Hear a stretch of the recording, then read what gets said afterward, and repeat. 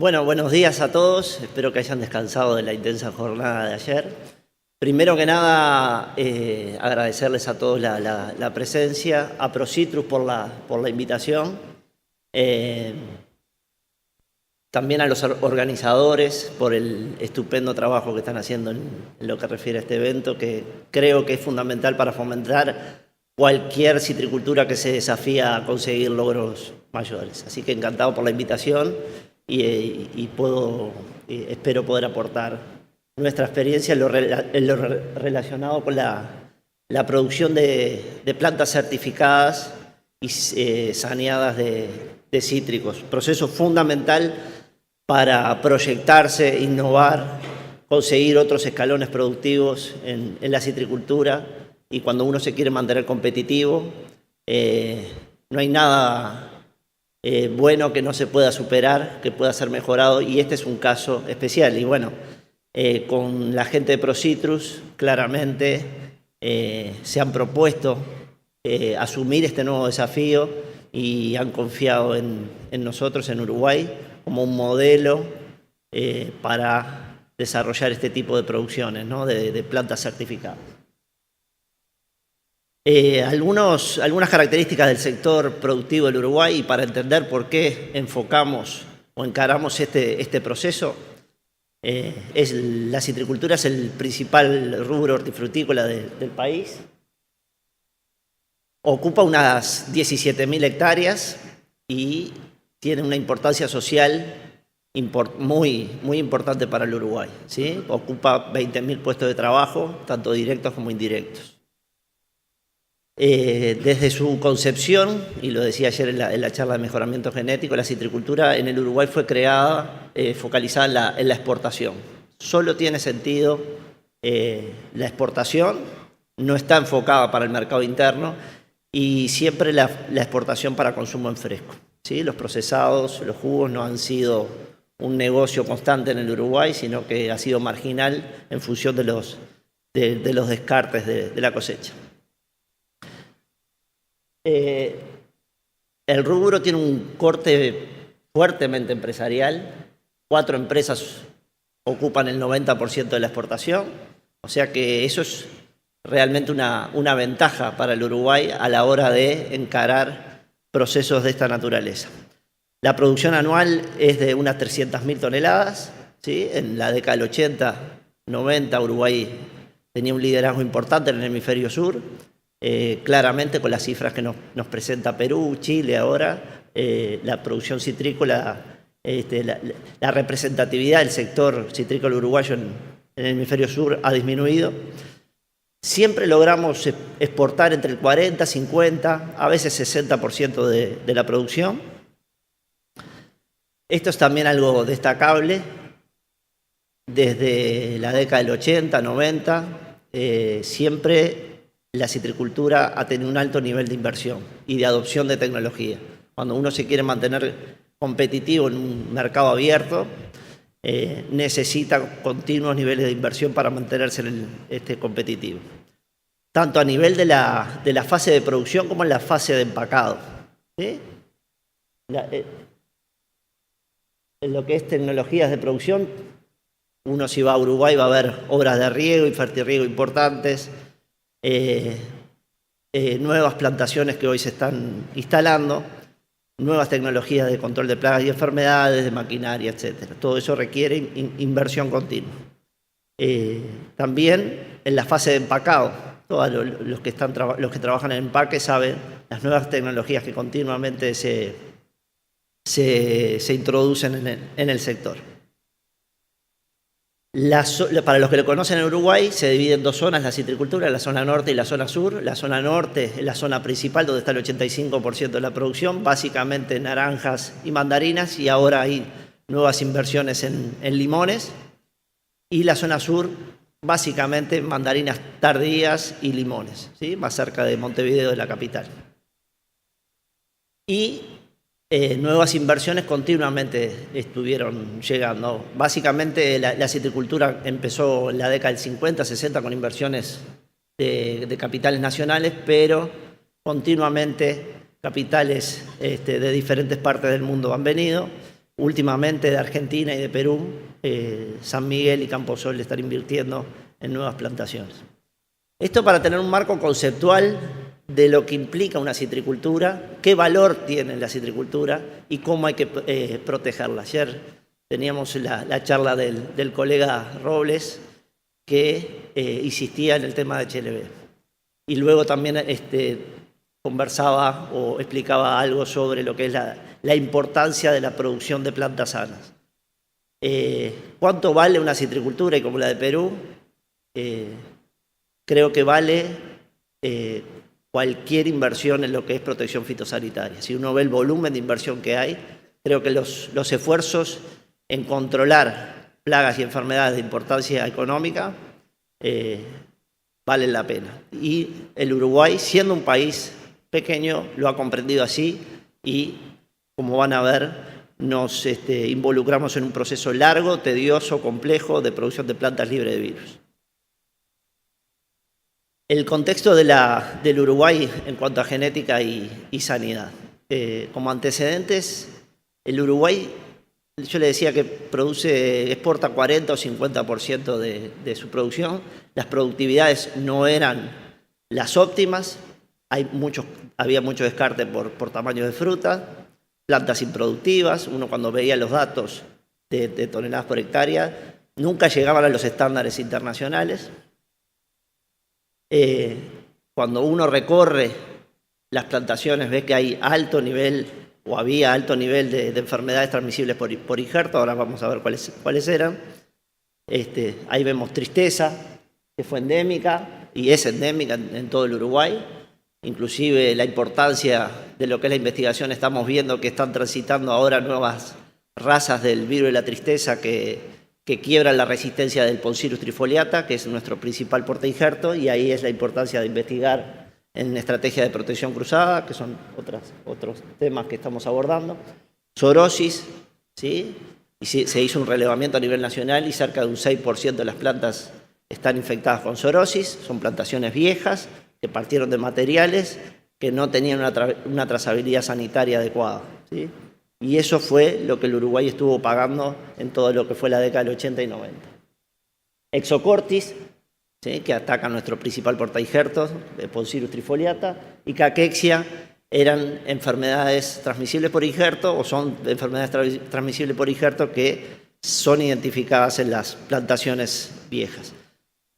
Esto es una plantación vieja, esta es una foto del año pasado, en la zona de Salto, y claramente una citricultura no se puede mantener competitiva con este tipo de material vegetal, ¿sí? Son plantas, aquí vemos una planta con zoonosis e inclusive se plantean a veces introducir nuevas variedades de alto valor que tienen un royalty y se plantea hacer cambios de copa en plantas o en plantaciones viejas contaminadas. Yo lo que quiero es que vayan tomando conciencia de las repercusiones que tiene partir con una citricultura donde la trazabilidad sanitaria no está garantida, ¿sí? El costo es hoy, mañana y pasado, ¿sí? El Uruguay producía variedades de bajo valor, ¿sí? Y produce el mayor porcentaje de variedades que tenemos hoy en el pool varietal son de bajo valor. Necesitamos introducir genética y crear genética. Ayer veíamos un ejemplo del Uruguay cómo está enfrentando la parte de mejoramiento genético, pero también hay que producir variedades que hoy son demandadas y para eso hay que introducirlas con las máximas garantías. No teníamos un registro de viveristas, ¿sí? Era una cosa muy demandada. Las plantas de vivero eran de mala calidad y muchas veces venían mezclas. Imagínense una plantación de afure donde el 3% de las plantas que vengan son clementinas.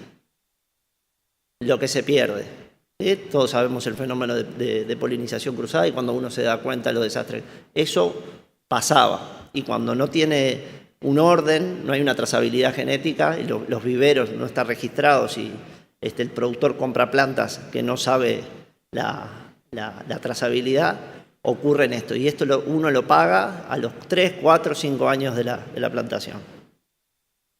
También ocurría lo lo siguiente, las plantas, cuando la producción de vivero no está profesionalizada, las plantas llegan cuando el viverista tiene las plantas, no cuando el productor las quiere plantar. A veces uno sistematiza todo el predio, tiene a la gente preparada y las plantas no llegan, o llegan algunas, se plantan. Entonces, todo eso hace a la velocidad del recambio varietal, a las productividades, etc. Entonces nos propusimos como objetivo ya en la década en el 2010, 2009-2010, encarar la mejora de la calidad y la productividad de las plantaciones citrícolas como mecanismo también de hacer efectivas las nuevas tecnologías. Uno puede invertir en riego, en nuevas variedades, etcétera, etcétera, pero si no tiene una buena calidad de planta, ayer Robles decía, todo empieza con una planta de calidad. ¿Sí? El resto, el costo es similar, pero el impacto, la efectividad de la aplicación de las nuevas tecnologías depende de la calidad inicial de las plantas. Se necesitaba reconvertir las variedades, hacer el recambio varietal de nuestra citricultura debido a las tendencias que vimos ayer que hay de mercado.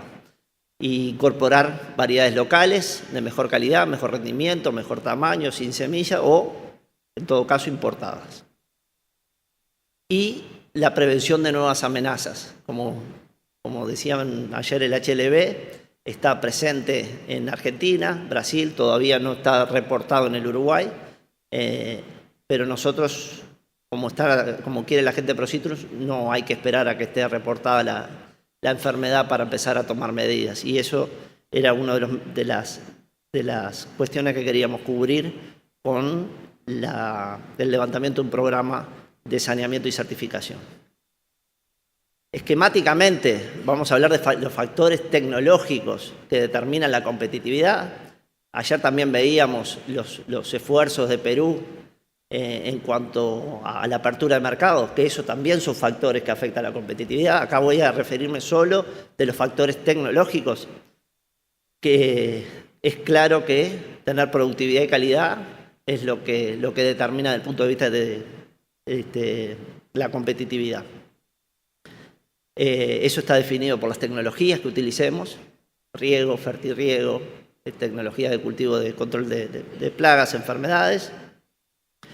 Lo que hablábamos ayer, la calidad de la planta desde un inicio afecta la precocidad y la productividad de las plantaciones, la longevidad, etc. Y también la genética. ¿Sí? Estos son dos factores, calidad de planta y genética, claramente necesarios. La calidad de la planta depende de las tecnologías de vivero y la sanidad que tenga la planta. Y la genética también influye sobre la sanidad de la planta, ¿sí? Vemos que hay variedades tolerantes a enfermedades, etcétera, etcétera, o con más vigor, o más productivas. Y también nosotros, la genética, la obtención de genética, la estamos obteniendo a nivel local, ¿sí? Con prospección de mutaciones espontáneas. Ayer veíamos un ejemplo bien en Valencia y en Limones, donde conseguimos algunas variedades que se ajustan más a los requerimientos del mercado, y variedades introducidas. Todos estos factores son los que podemos abordar solo teniendo un programa de saneamiento y certificación de plantas cítricas. Y este es el gran desafío que claramente la Asociación de ProCitrus quiere instalar. Y bueno, ahí están las colegas Rosa María y Liliana, que estuvieron haciendo una capacitación en Uruguay, y están todos invitados también a ver el proceso allí. Desde el Uruguay estamos cooperando para que esas aspiraciones se puedan cumplir para la asociación de ustedes. No es un proceso fácil, ¿sí? Es muy tedioso. Se necesita mucha inversión en tecnología, en capacitación, apoyo político, como vamos a ver ahora. Pero claramente, los factores que tenemos que tener en cuenta: la protección sanitaria del cultivo, la longevidad y la productividad de las plantaciones, innovar en nuevas variedades. Este es un tema clave también. El material tiene que ser accesible, ¿sí? Todos debemos acceder a materiales de calidad genética y sanitaria adecuada. Y todo esto se logra, o todo esto lo cubrimos, con un sistema de producción de plantas libres de virus y un programa de certificación. Y estamos tocando desde la base cosas absolutamente fundamentales para desarrollar una buena citricultura. Bueno, hablábamos de la amenaza del HLB. El HLB nosotros tenemos el vector, Diaforina citri, está en Argentina, está en Concordia, estuvo en Misiones, o está en Misiones, está en el sur de Brasil y esperamos que ingrese. Ahora, estamos también estudiando la dinámica del vector. El vector en nuestras condiciones más frías no se mueve a la velocidad que se mueven los trópicos, se mantiene en bloques identificados año tras año y estamos ahora, o terminamos el ajuste de Tamarixia radiata, etc. Lo que quiero decir es, no solo es la producción de plantas, sino que hay que hacer otros desarrollos que acompañen el combate o la prevención al ingreso de esta enfermedad. Así están los objetivos del programa de saneamiento y certificación de citrus del Uruguay. El primer objetivo es poner a disposición del sector citrícola yemas y semillas libres de virus, ejercer como plataforma para la innovación productiva. Queremos nuevas variedades, queremos probar nuevas variedades. Hay que tener un sistema seguro de introducción de germoplasma de otros lugares. Y eso se logra a través de este tipo de programas. Permite el desarrollo de nuevas tecnologías para la mejora de la calidad y la productividad. Les comentaba hoy el caso de CTB, que registramos una raza que quiebra la resistencia de los trifoliados. Estamos viendo cómo afecta al trifolia esta nueva raza, pero también identificamos razas suaves de CTB que los estamos ya desafiando con este tipo con razas más severas para ver si podemos mejorar la productividad cuando tenemos CTB endémico. Esto se logra también teniendo un programa de esta naturaleza.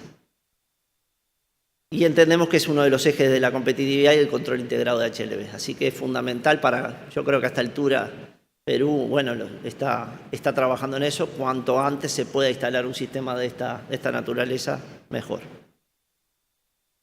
No es fácil, ¿sí? Hay condiciones previas que deben ser tenidas en cuenta. Es un trabajo muy duro. Hay muchas visiones, muchas formas de encarar el tema, pero lo primero es que el sector esté concientizado de la necesidad, no solo por el HLB, sino por la productividad, la precocidad, la innovación de nuevas variedades, la longevidad, la productividad de las plantaciones. ¿Sí? Tiene que haber un compromiso político. Ayer estaba la ministra y claramente estaba muy comprometida o estaba concientizada. Creo que eso es un trabajo de la asociación muy interesante, estar cerca de los ejes políticos para poder que el sector político comprenda la importancia social, económica de este sector para el Perú y cuáles son los ejes que determinan esa vitalidad. Esto es el tema de capacidades técnicas e infraestructura. No es un proceso fácil, ¿sí? Requiere mucha especialización y mucha inversión en tecnología para crear un bloque de plantas libres de virus, ¿sí? A nosotros nos costó muchos años, meses y meses y meses de capacitación para poder lograrlo.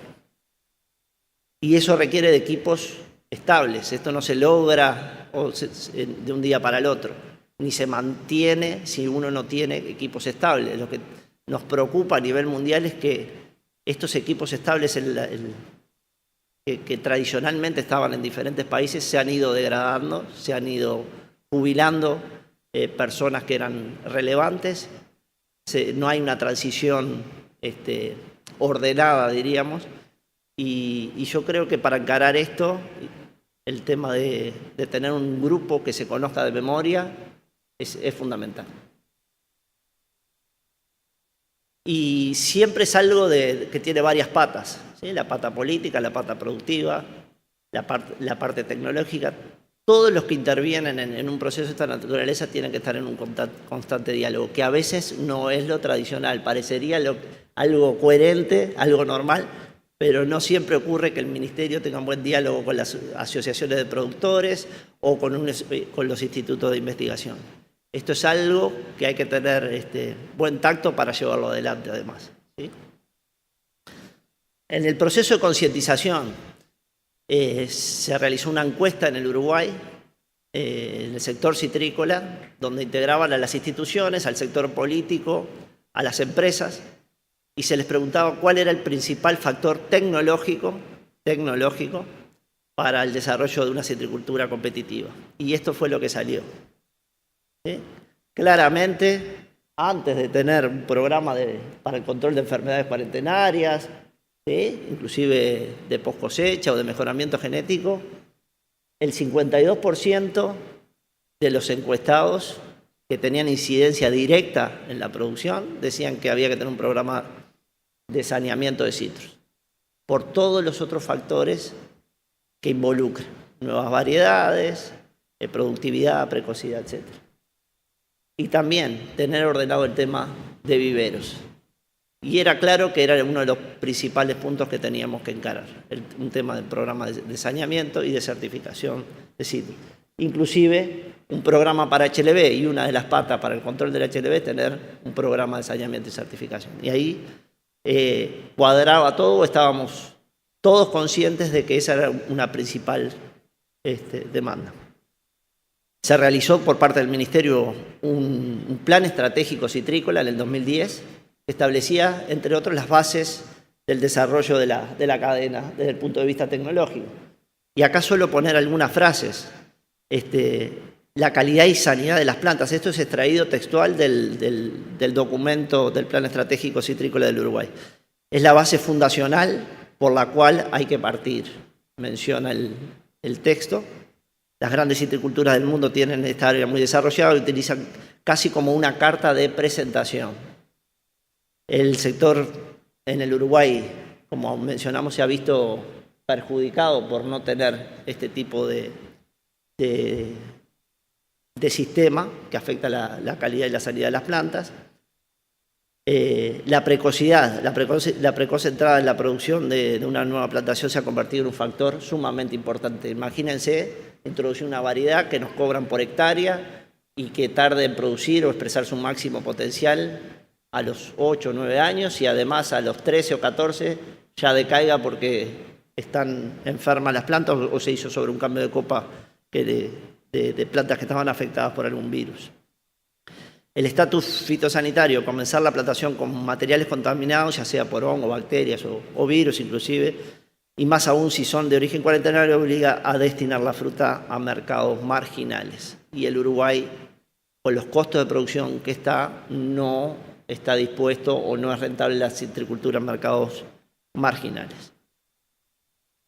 El gran desafío, desarrollar y ejecutar programas de producción de plantas sanas que cumplan con un estándar de calidad, y una buena sanidad es imprescindible para que la citricultura sea vista como un real negocio para el Uruguay, inclusive para las inversiones del extranjero. Esto está escrito por el propio ministerio.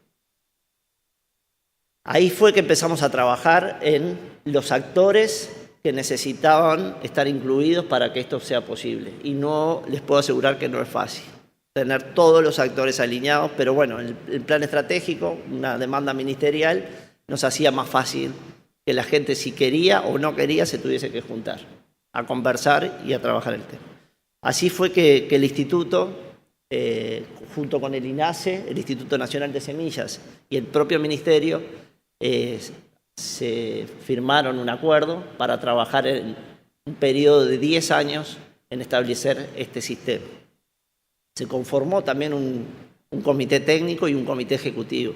Esto también es muy interesante para continuamente estar evaluando las modificaciones que haya que hacer en un estándar de certificación o nuevas plagas que puedan estar amenazando la citricultura, y un comité ejecutivo que es de corte fuertemente político, que rápidamente establecen una legislación o lo que sea para poder llevar adelante los cambios técnicos necesarios.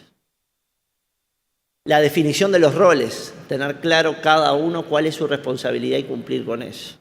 El instituto se obligó a obtener las plantas madre libre de virus, tiene el personal capacitado en lo que es microinjertación, testajes biológicos, serológicos y moleculares, tanto de variedades como de portainjertos. Nosotros también certificamos los portainjertos. Y el ministerio, luego de llegar a un acuerdo, homologó todo el proceso tal cual lo hacía el instituto. Además cuenta con las capacidades, las instalaciones para los invernáculos, para testaje, etc. Además, en el INIA nosotros tenemos el plantel de plantas certificadas de portainjertos. Entonces producimos las semillas para todo el Uruguay. O sea, también interesante.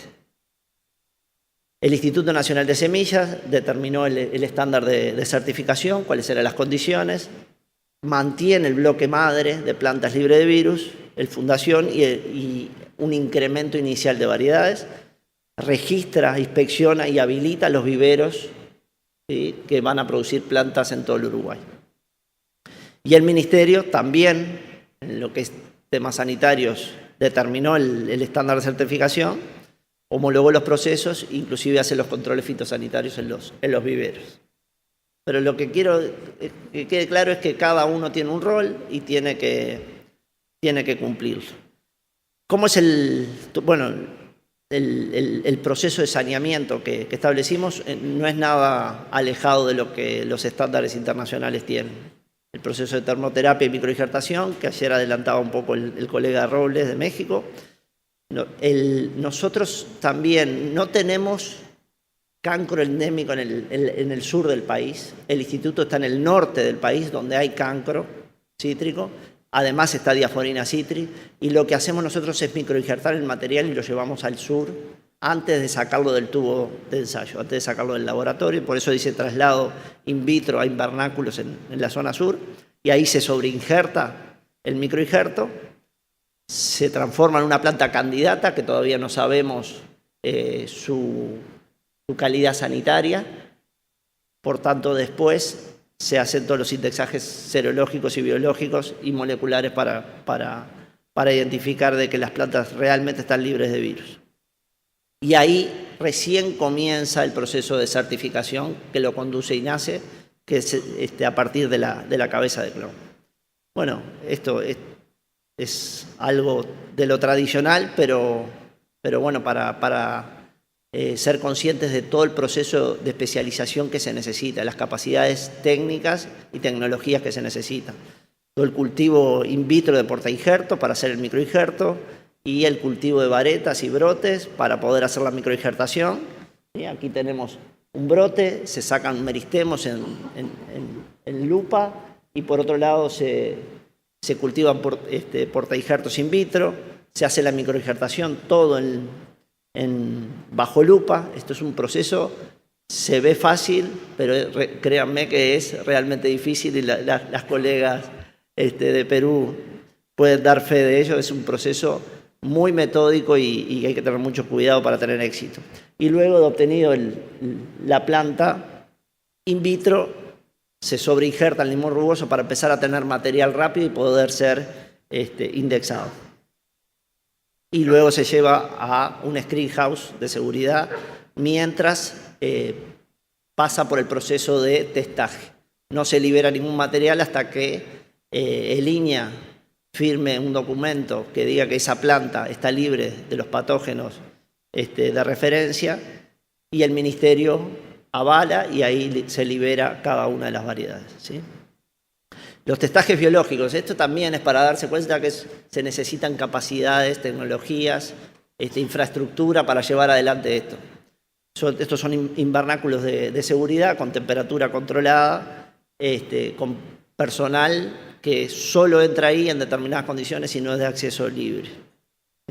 Se hacen test de zoonosis, dado que la zoonosis también la tenemos endémica en el Uruguay.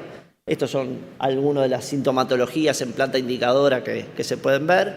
Se hacen test de tristeza a temperaturas de 24 a 27 grados, o sea, tienen que estar calefaccionados o refrigerados los invernaderos porque si no la sintomatología no se expresa adecuadamente y podemos tener un falso negativo que puede ser terrible para la industria.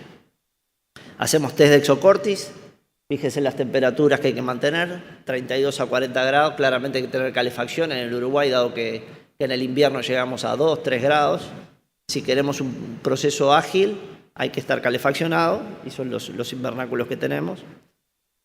Gente del ministerio, con personal de INEA, corroboran cada tanto las lecturas, viene el ministerio y ve que las lecturas son las adecuadas, pero estas personas, créanme, hace 25 años vienen trabajando en estos procesos. Eso es disciplina, eso es visión, eso es lo que ojalá Perú pueda llegar a tener. De equipos estables trabajando por mucho tiempo para que se mejore o se pase a otro escalón en la competitividad. Decíamos que estábamos en el norte, nosotros en el Uruguay, producíamos la planta microinjertada y la trasladamos al sur, donde está Montevideo. Ahí se hacen todos los procesos de sobreinjertación y se va al Instituto Nacional de Semillas, que también está en el sur. ¿Por qué en el sur? Porque es una zona libre de citricultura, ¿sí? No tenemos diaforina en toda esa zona, en todo el sur del país no se ha registrado diaforina desde el año 91, está reportada en Uruguay y nunca apareció en el sur. Así que decidimos instalar el bloque fundación ahí. Este es un esquema de donde está ubicado INASE, ¿sí? Cerca de alguna ciudad por un tema de los trabajadores. El instituto está aquí, esto es una ruta nacional de fácil acceso. Es la ruta número 8, hay un control de acceso, no hay que pedir permiso para entrar, hay que estar registrado, hay una garita de seguridad ahí. Hay oficinas donde la gente del instituto trabaja y aquí son invernáculos donde se trabaja, donde tenemos el bloque fundación, ¿sí? O las plantas candidatas y un screen house donde tenemos también bloque fundación, repetidos en 3 portainjertos diferentes. Estos son los invernaderos donde están ubicadas las plantas madre, ¿sí? Son invernaderos que tienen ventilación cenital, pero siempre con malla antiáfido, más que nada por pulgones que pueda llegar a ver. Esto es como se ve desde adentro, el invernáculo. Tiene una doble entrada. Tiene una zona de desinfección, gravilla, no queremos tierra ahí adentro, control de temperatura, media sombra, calefacción y ventilación. Nada, esto lo conocen ustedes, pero es solo para entender de que son procesos costosos y se necesita inversión en tecnología. Este es como es el proceso de certificación. Decíamos que partimos de la cabeza de clon o planta madre, que tiene una duración ilimitada, solo que hay que testarlo periódicamente, ¿sí?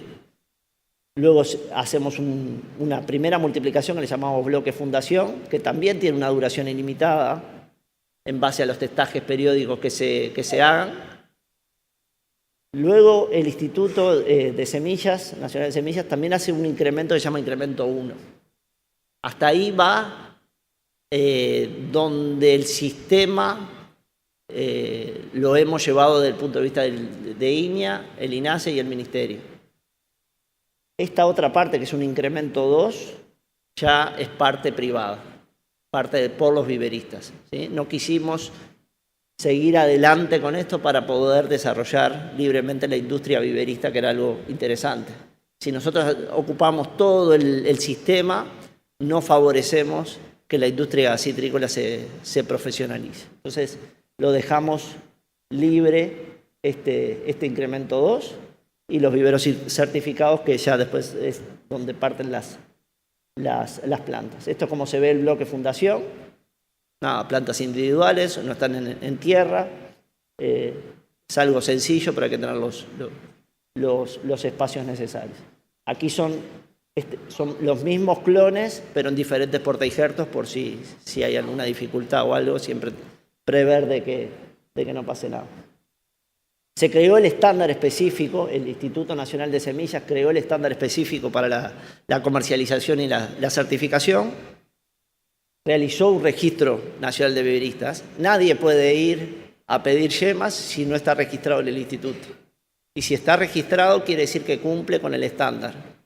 ¿Sí? Tiene la infraestructura y tiene las capacidades para terminar con una planta en óptimas condiciones. ¿Sí? Como dice aquí, el cumplimiento de los requerimientos técnicos que involucran el estándar de certificación. Todos tienen que certificar de que cumplen con la normativa. Y además el Instituto Nacional de Semillas hace un censo anual de la existencia de plantas y plantines, y eso es información siempre interesante. Aquí está un mapa del Uruguay y están donde se muestran dónde están los principales viveros. Hay 30 viveros. Me parece exagerado para Uruguay, donde produce unas 600, 700.000 plantas al año, tener tantos viveros, pero esto ha servido para propagar rápidamente el material libre de virus a productores pequeños, por ejemplo. ¿Sí? Tener viveros pequeños igual, si cumple con la normativa, está muy bien.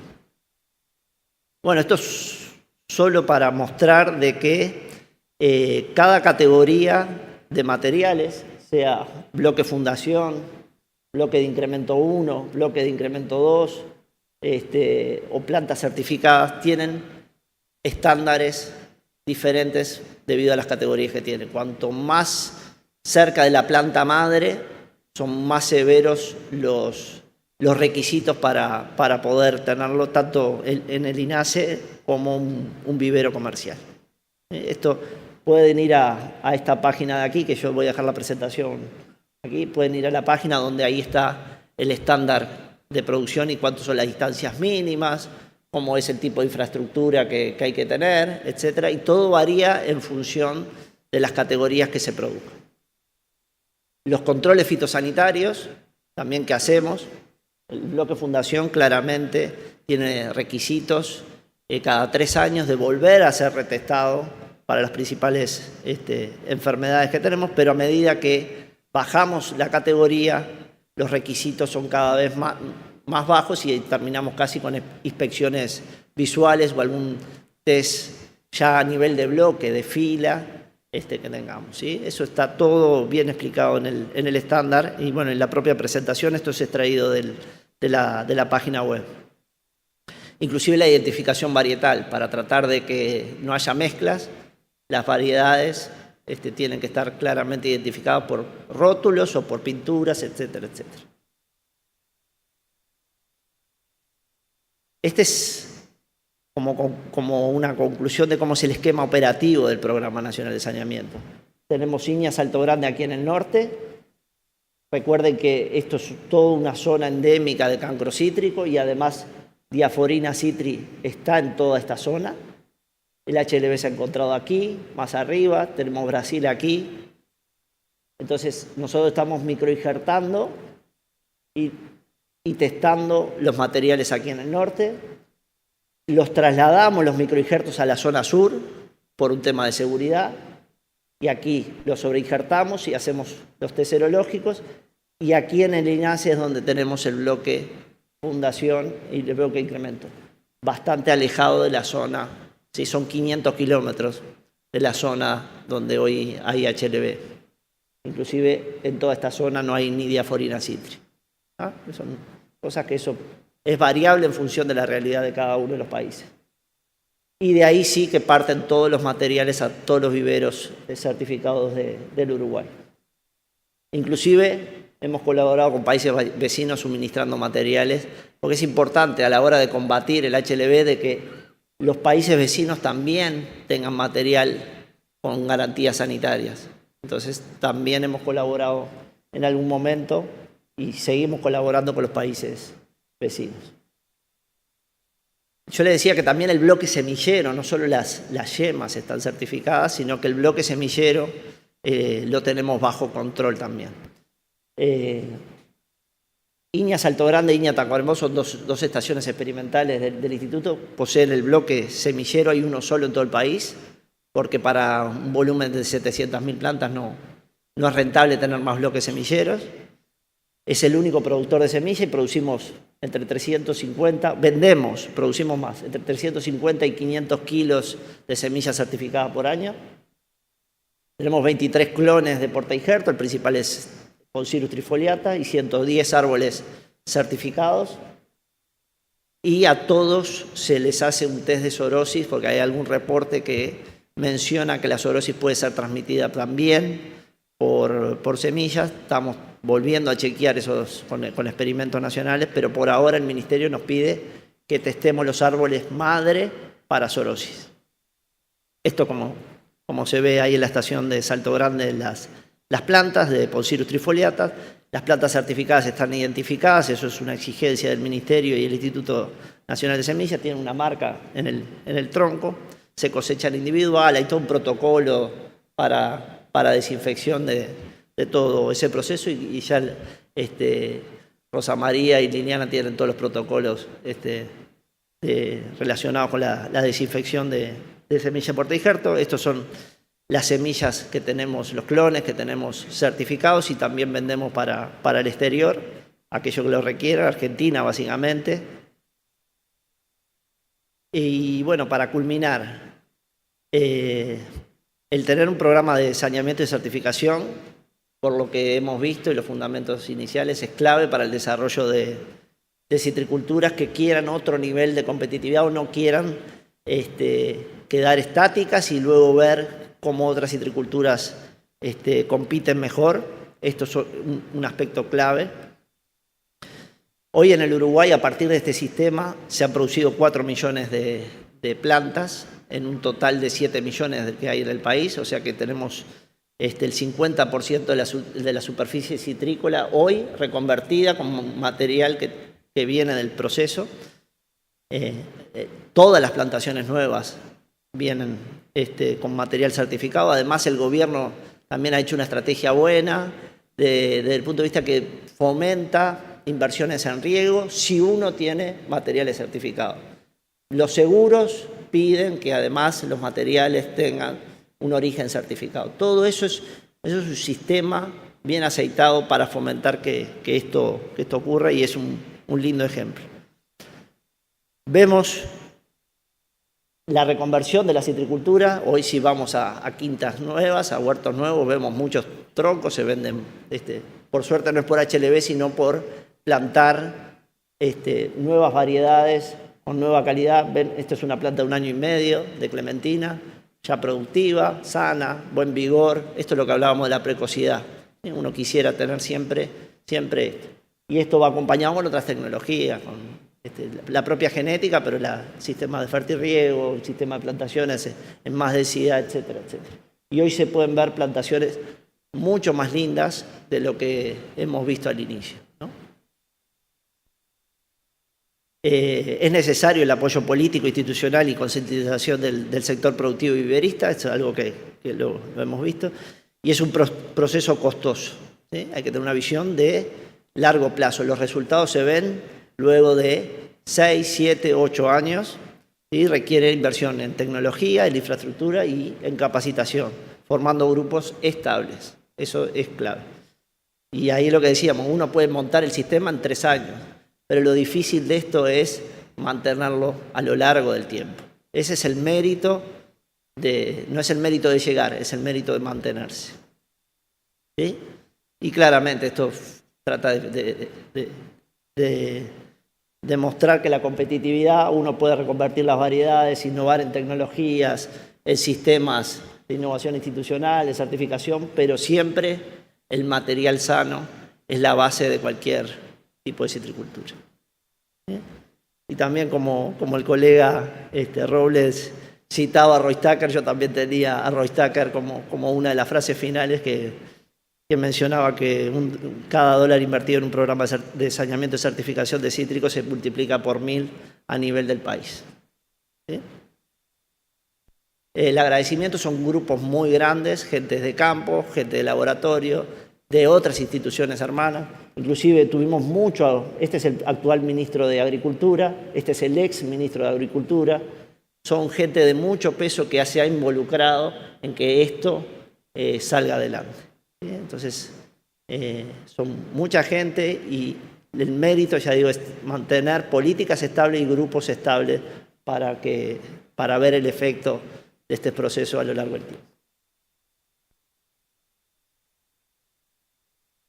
Bueno, gracias.